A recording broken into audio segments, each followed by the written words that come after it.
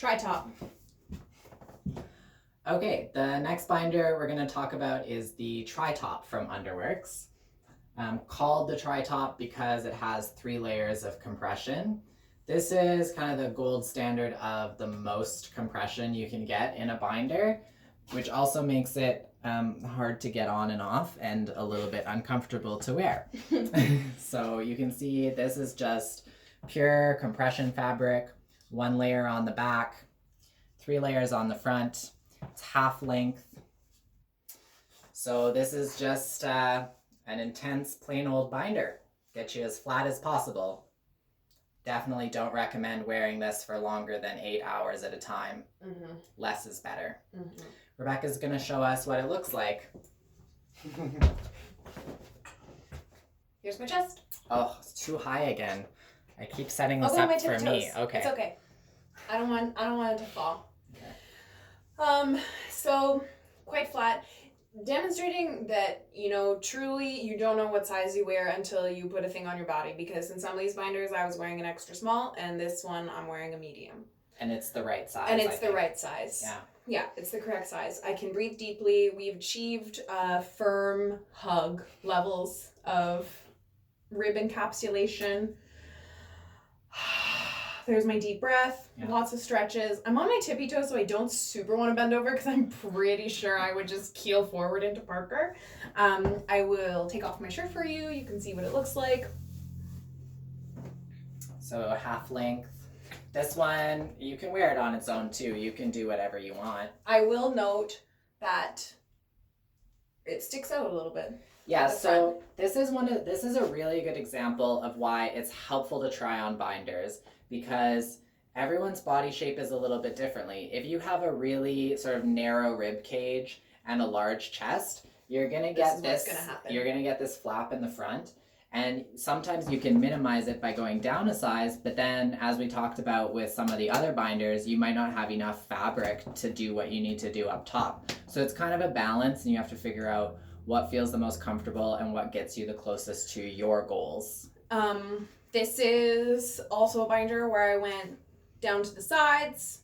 Should I do other strategies in it? I don't think so. I think that's okay. Great. This one you could probably go straight back. You'd have a little bit more of a shape sort of on your chest. Yeah. It's important to just note though that even if your goal is to get as flat as possible, people of all genders and all assigned sexes usually have a little bit of a bump on their chest. So it's not like unusual for that to happen. Like people have pecs, you got muscles under there. You got beefy pectoral muscles. Yeah, so it's very rare for someone to be like 100% flat. Like you can see, I've still got a little bulge there, right? Kind of comes down from my neck, so that's just normal, right? That's what it looks like. So if you're trying to be like super, super flat with a binder, that first of all might not be achievable, and second of all, if you're going for kind of like you're trying to look a particular way, you want to be read in a particular gendered way in the world, that might not be as necessary as you think it is. So just keep that in mind. I want to say a huge thank you to Rebecca for trying on 4 binders in a row. That is no small feat. How are your ribs feeling? My ribs feel totally fine, but to be honest,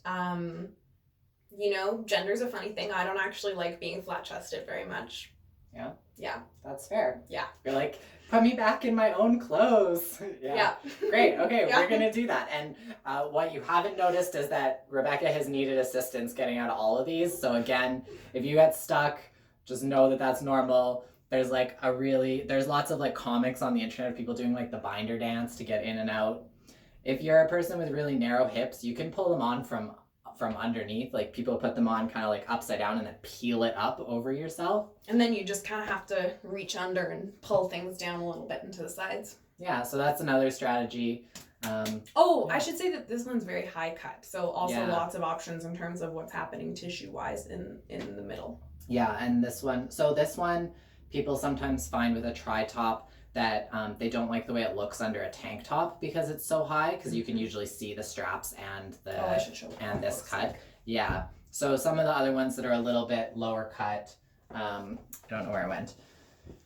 Like the ones from your open closet, those will kind of be hidden under a tank top a little bit more, but they have wide straps too, so it just depends what you want to wear. Yeah, so these are all ones that we carry right now. We're getting in some swim binders as well, so once we have those, we'll do a little video so people can see. Imagine if we could do the video at the pool. Wow. Maybe post-corona. Okay, bye everyone. Thanks for watching. Hope you find a binder you like.